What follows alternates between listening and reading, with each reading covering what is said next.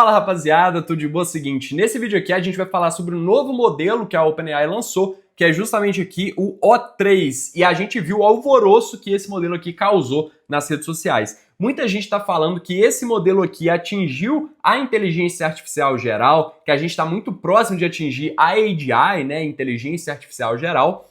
E primeira coisa, esse vídeo aqui eu quero te esclarecer muitos termos. Esse vídeo aqui eu quero que você saia com mais aprendizado e vai ser diferente da maioria dos vídeos que você provavelmente já viu aqui no YouTube quando o assunto é inteligência artificial. Não é um vídeo para você ficar somente assistindo, desligando a cabeça, não. Esse vídeo aqui eu tô fazendo justamente para você pensar, bicho. Esse vídeo aqui não é para você desligar a cabeça, é para você ficar de fato atento, que eu vou te explicar alguns termos aqui para a gente poder entender o que foi feito, perfeito? Então a primeira coisa é o que é AGI? Né? Muita gente está falando do termo AGI, Inteligência Artificial Geral, Artificial General Intelligence, General Artificial Intelligence. Então o que é isso? É basicamente uma inteligência artificial, é uma teoria, tá bom? Então no campo teórico é uma inteligência artificial que tem a mesma capacidade cognitiva de um ser humano.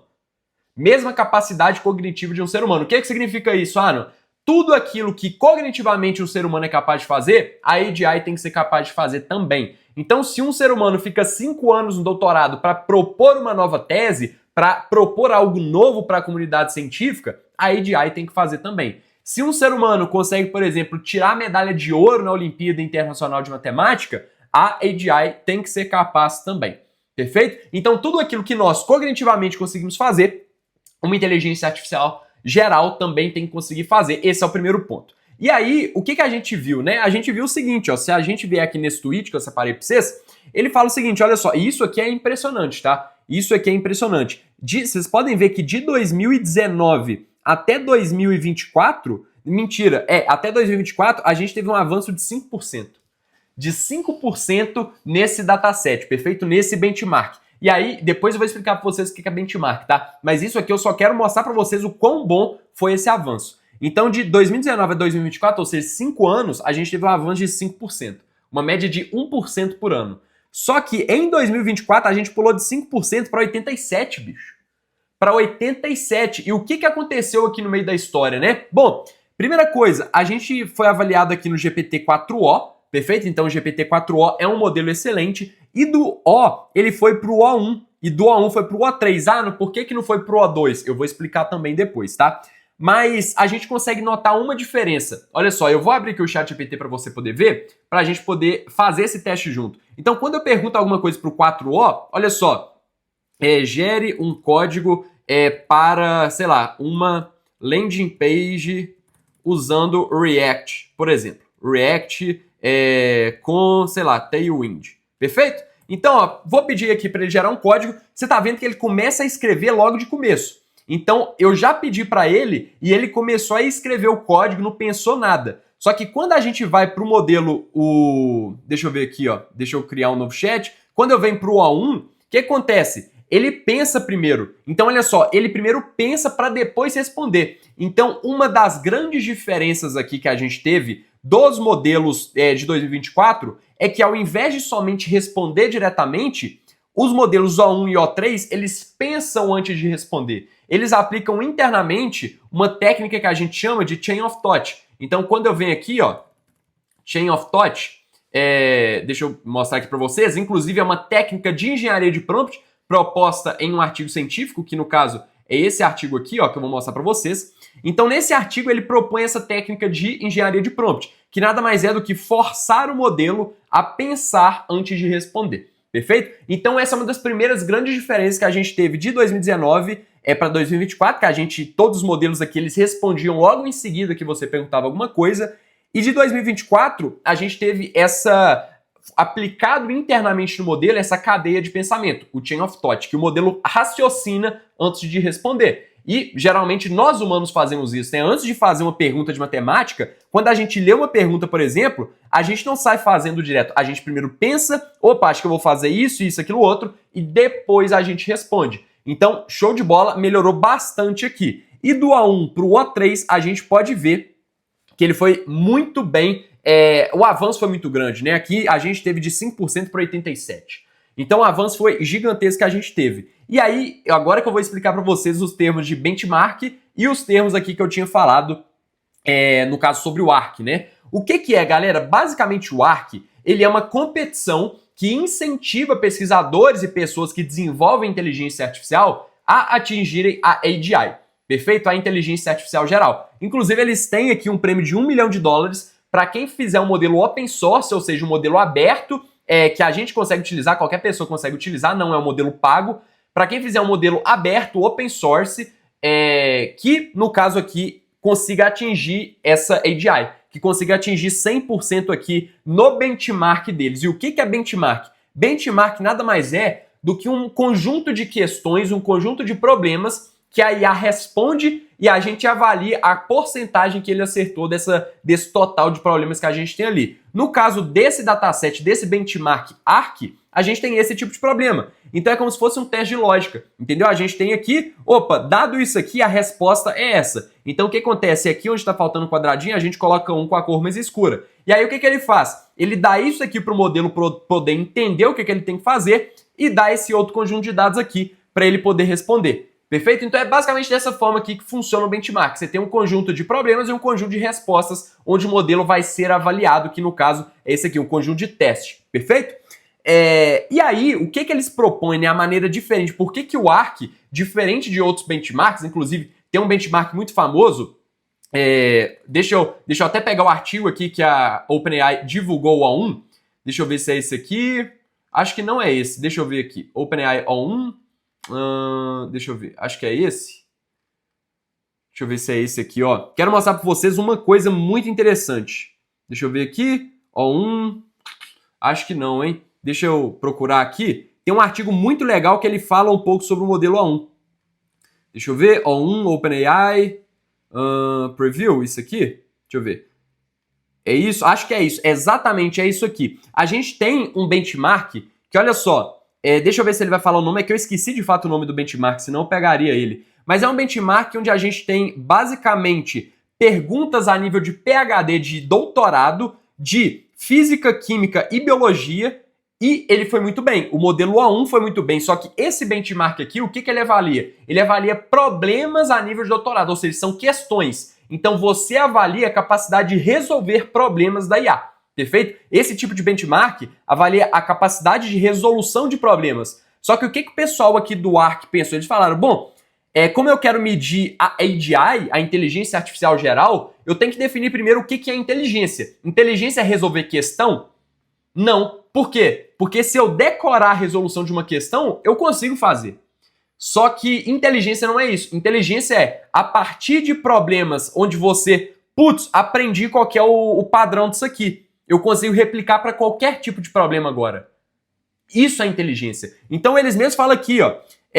Most AI benchmarks measure skill, but skill is not intelligence. Ou seja, habilidade, aqui no caso, a maioria dos benchmarks de inteligência artificial medem habilidade. Mas habilidade não é inteligência. General intelligence is the ability to efficiently acquire new skills. Ou seja, a inteligência geral é a habilidade de eficientemente adquirir novas habilidades. Entendeu? É a capacidade de aprendizagem que o modelo tem. E é justamente isso que eles propõem. Então, it's easy for humans, but hard for AI. Então é fácil para humanos, mas difícil para inteligências artificiais. E é por isso que é um benchmark tão famoso aí quando a gente fala de AGI. Significa que quando atingir 100% aqui, então a gente consegue ver que o O3 atingiu 88%, né, 87%, significa que quando atingir 100% a gente está na AGI também? Não.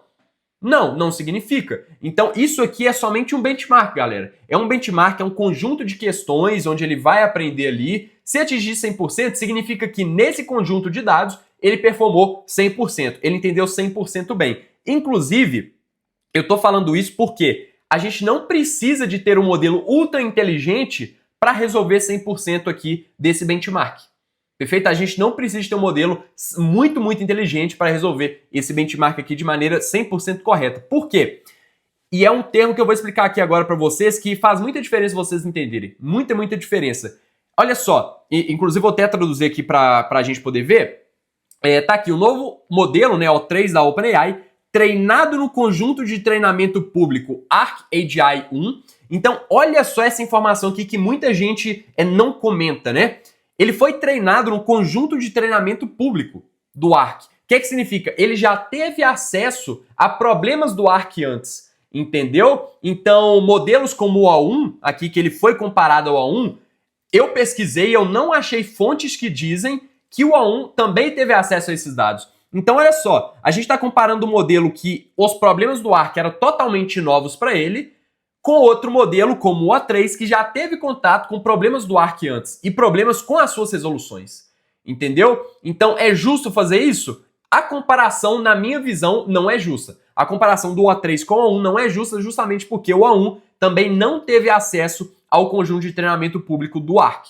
Perfeito? E isso aqui eu vou te explicar de uma maneira muito fácil para você poder entender qual que é essa diferença, né? O que está acontecendo aqui. Vamos supor o seguinte, aqui no caso, o que acontece?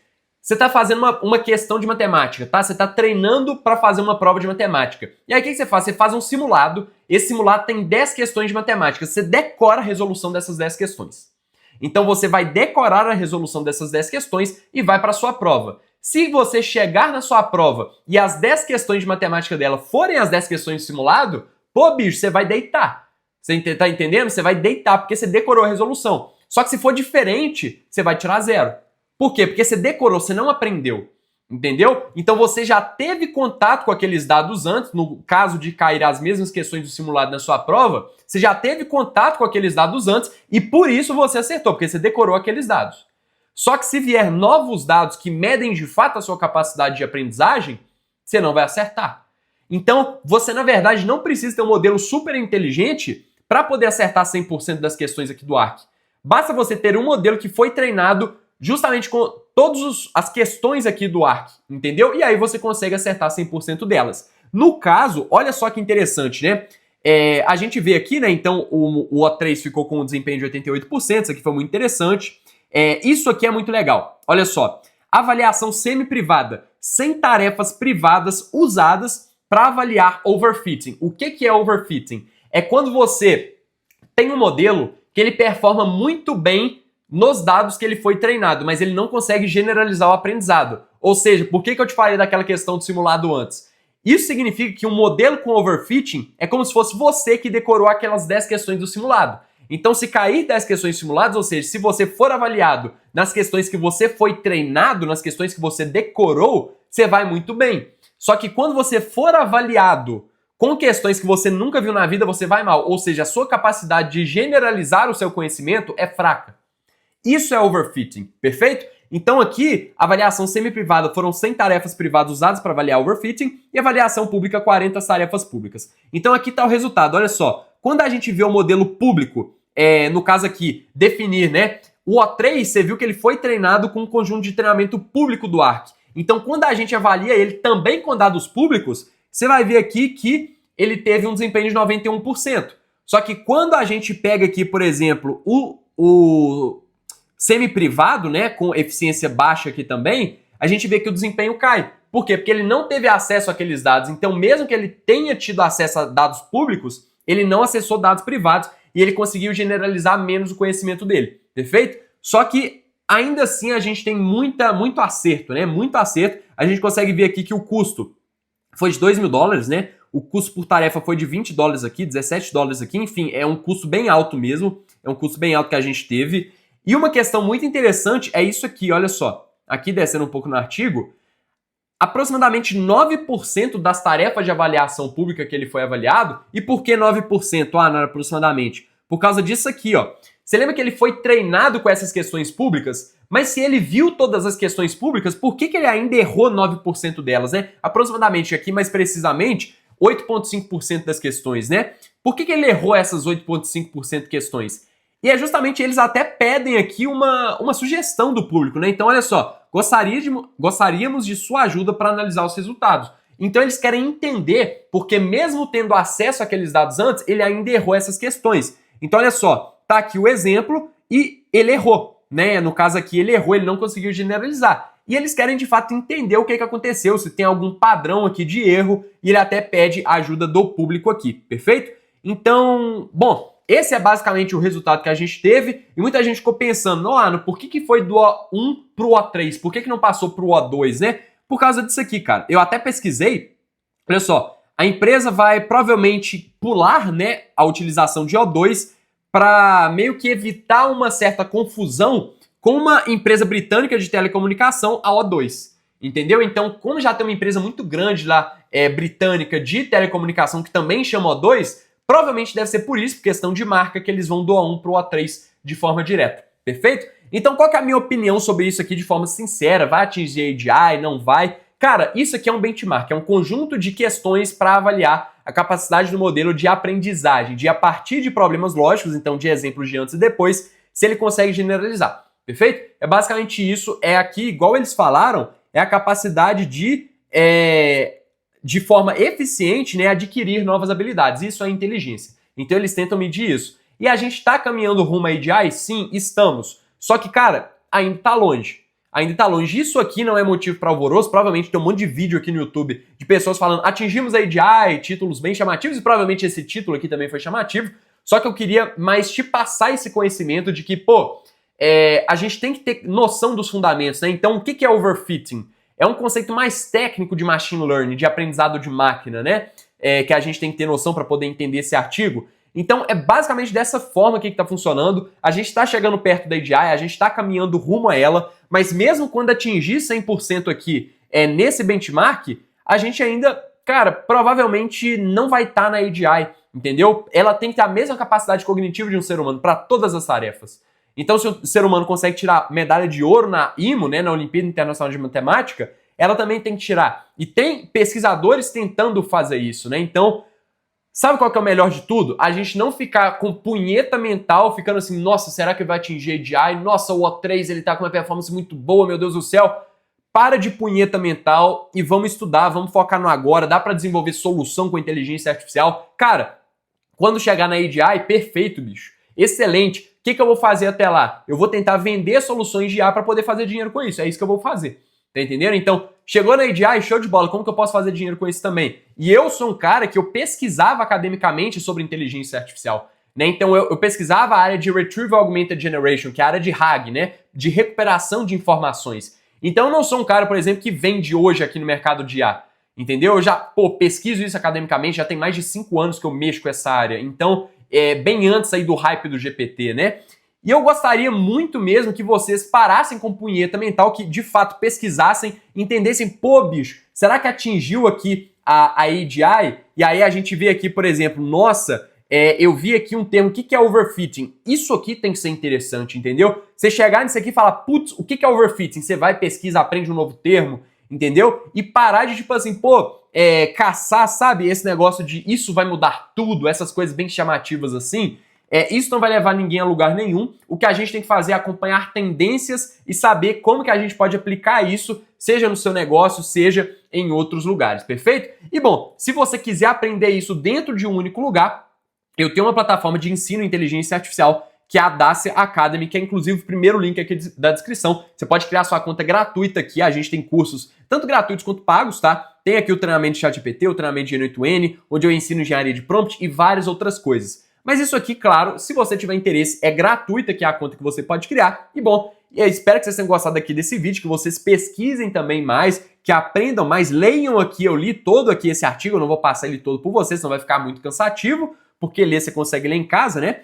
E eu não vou ser aqueles professores de faculdade que senta na cadeira da aula e fica só lendo slides, eu não quero ser esse tipo de professor. Eu quero que vocês realmente peguem esse artigo, que também está aqui na descrição, no segundo link da descrição tá esse artigo aqui, para vocês poderem ler. Show de bola? Então é isso, tamo junto, espero que tenham gostado. Se gostaram, se inscreva aqui no canal, se inscreva no canal e deixa o like também que vai me ajudar muito. Tamo junto e até a próxima.